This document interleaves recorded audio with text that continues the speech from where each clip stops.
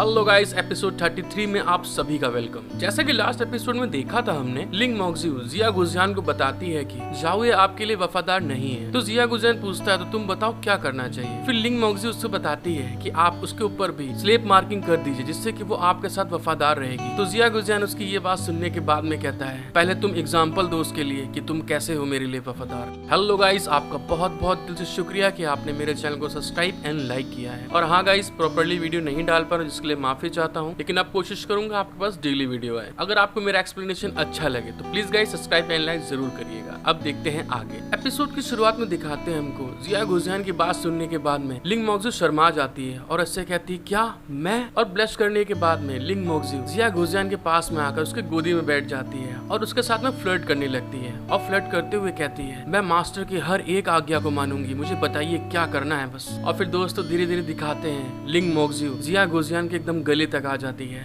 और बहुत ज्यादा ब्लश कर रही होती है। और दोस्तों लिंग मोक्जिउ वहीं पे नहीं रुकती है, उसका हाथ कहीं और भी जा रहा होता है। लेकिन तभी दिखाते हैं जिया गुजियान उसको रोक देता है और उससे कहता है मैं आपका मजाक उड़ा रहा हूँ, ऐसा करने के लिए आप सचमुच सीरियस हैं एकदम, आपकी शीतलता के बारे में क्या कहें। उसकी ये बात सुनने के बाद में लिंग मोक्जिउ बहुत ज्यादा ब्लश करने लगती है और ब्लश करते हुए कहती है जब मेरे पास स्लेव का निशान है तो मैं अपने मास्टर के आदेशों का उल्लंघन कैसे कर सकती हूँ। लिंग मोक्जिउ की ये बात सुनने के बाद में जिया गुजियान उसके माथे पे एक टीप लगाते हुए कहता है आप ध्यान से समझिए आपके पास स्लेब का निशान कहाँ है। उसकी ये बात सुनने के बाद में लिंग मोक्जिउ शॉक्ड होते हुए कहती है क्या, इसका मतलब क्या है, आपने मुझ पर स्लेब का निशान नहीं लगाया तो आप मेरे माथे पर लगे अभिशाप के निशान की व्याख्या कैसे कर सकते हैं। फिर ये कहने के बाद में अपने मन में सोचने लगती है नहीं, ऐसा लगता है कि मेरे दिल में डर है उसके खून को एब्जॉर्ब करने के कारण। फिर ये सोचने के बाद में ब्लश करते हुए कहती है मैं हमेशा उसके करीब महसूस करती थी लेकिन कभी भी विनम्र नहीं लगी। फिर कहती है तो क्या मैं जो कुछ भी करती हूँ वह मेरे दिल से नहीं होता।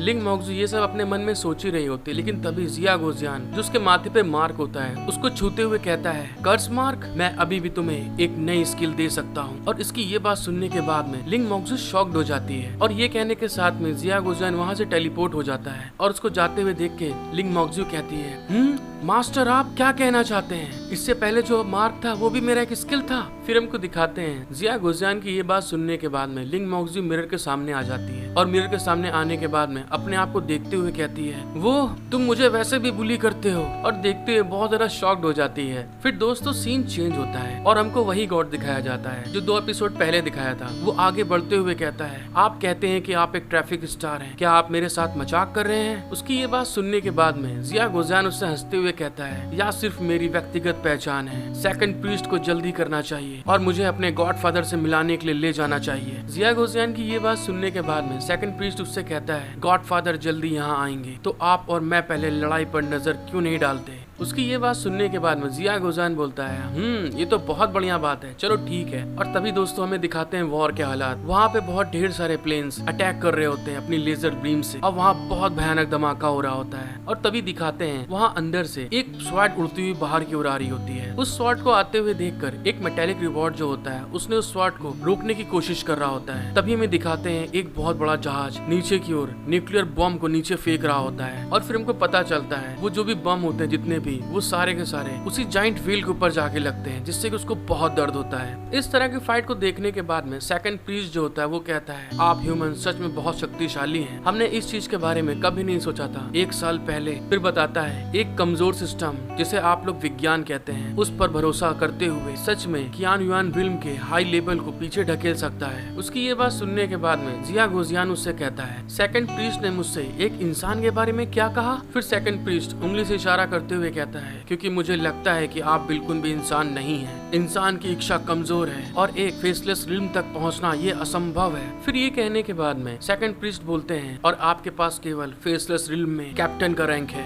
और जब ये बता रहा होता तभी जो उसके बाल होते हैं दोस्तों वो एक स्नेक के पैटर्न में बदलने लगते हैं। और तभी वो एक बढ़िया लुक देते हुए कहता है आप मेरे साथ क्यों नहीं जुड़ते और एक महान उद्देश्य के लिए मिलकर काम क्यों नहीं करते। सेकंड प्रीस्ट की ये बात सुनने के बाद में जिया गुजियान सोचते हुए कहता है गॉड फादर की बजाय आपका पक्ष लिया जाए, इसका मतलब क्या है। फिर जिया गुजियान उससे कहता है क्या आप गॉड फादर को धोखा देकर उसकी जगह लेने की कोशिश कर रहे हैं। और ये बात कहने के साथ में जिया गुजियान वहाँ पे ताली बजाते हुए कहता है गॉड फादर की जगह लेना आसमान को चीरने का एक बड़ा प्रयास है, मैं इतनी बड़ी एम्बिशन रखने के लिए सेकंड प्रीस्ट की प्रशंसा करता हूँ। उसकी ये बात सुनने के बाद में सेकंड प्रीस्ट शॉक्ड होते हुए कहता है, अत्यधिक शक्ति के अलावा गॉड्स के वंशजों के नेता के पास दृढ़ इच्छा शक्ति भी होनी चाहिए। लेकिन अब गॉडफादर।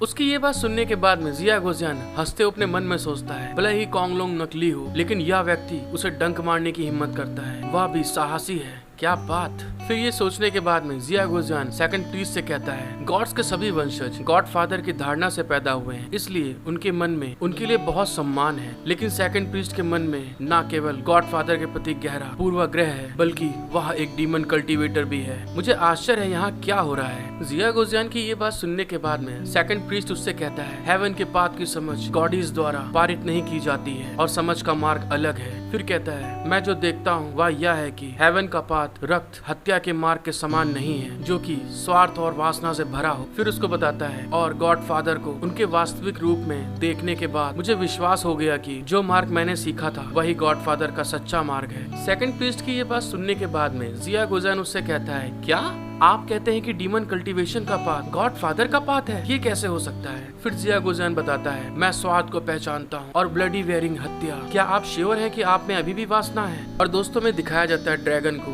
जिसके अगल बगल खूब ढेर सारी लड़कियां होती हैं जो उसके चिपक रही होती हैं, और ड्रैगन उसके साथ बहुत खुश होता है। तभी सेकंड प्रीस्ट ब्लू ड्रैगन के बारे में बताते हुए कहता है, ड्रैगन का स्वभाव कामुक है, इसमें कोई झूठ नहीं है। गॉडफादर एक कामुक आदमी है जो महिलाओं के साथ मौज मस्ती करता है। सॉन्ग झाइयो को उसके कामुक तरीके के लिए भी सराहा जाता है। फिर हमें दिखाते हैं सेकंड प्रीस्ट की ये बात सुनने के बाद में जिया गुजियान अपना सर खुजलाने लगता है, और तभी सेकंड प्रीस्ट गुस्से में कहता है, ऐसा बूढ़ा आदमी जो गहरी इच्छाओं को नहीं समझता और व्यक्तिगत लाभ के लिए शक्ति का यूज करता है, मुझे वफादार क्यों होना चाहिए उसके लिए। सेकंड प्रीस्ट की ये बात सुनने के बाद में जिया गुजियान थोड़ा सोचने लगता है, और तभी सेकंड प्रीस्ट से कहता है, सेकंड प्रीस्ट तुम सही हो, उसको सजा मिलनी चाहिए। फिर ये कहने के साथ में अपने मन में सोचते हुए कहता है, मुझे डर है कि वासना झूठी है। सॉन्ग झाइयो स्पष्ट रूप से अभी भी कुमारी है, सेक्स के माध्यम से लोगों की सेवा कैसे करें, लेकिन उस नकली कैंगलोंग ने वास्तव में मेरी प्रतिष्ठा को बर्बाद करने के लिए ऐसा दिखावा किया जिसे मैं सच में बर्दाश्त नहीं कर सकता। फिर ये बात बोलने के बाद में जिया गुजियान अपने मन में सोचता है डीमंस के बारे में, और तभी बताता है, लेकिन जो मेरा नाम ले सकता है वह शायद एक परिचित ड्रैगन है, वह कौन हो सकता है। जिया गुजियान अपने मन में ये सब चीजें सोच ही रहा होता है, लेकिन तभी उतने में सेकंड प्रीस्ट इविल स्माइल देते हुए कहता है, क्या आप भी अपने उलझे हुए रूप को देखकर गॉडफादर से अत्यधिक निराश हो गए हैं? मैं मजबूत लोगों को सबसे अधिक महत्व देता हूँ, यह बेहतर है। सेकंड प्रीस्ट अपनी ये बात बोल रहा होता है, लेकिन तभी उतने में आसमान में बिजलियां कड़कड़ाना शुरू हो जाती हैं, और तभी वहाँ पे ब्लू ड्रैगन अपीयर होना स्टार्ट हो जाता है। और ब्लू ड्रैगन वहाँ आने के बाद में कहता है, सोल प्रीस्ट आप लंबे समय से युद्ध के मैदान में हैं और आपने अभी भी उन्हें खत्म नहीं किया है, आप क्या कर रहे हैं? सेकंड प्रीस्ट ब्लू ड्रैगन को देखने के बाद में घबरा जाता है, शॉक्ड हो जाता है। और फिर हमें नेक्स्ट सीन में दिखाया जाता है ब्लू ड्रैगन के सामने शैंग झाइयो और ग्रैंड एल्डर आ जाते हैं, और तभी ड्रैगन बोलता है, जल्दी से यान वुयू पर कब्जा करो, मैं नौसेना बंदूक संबंधी किसी भी समस्या का ध्यान रखूंगा।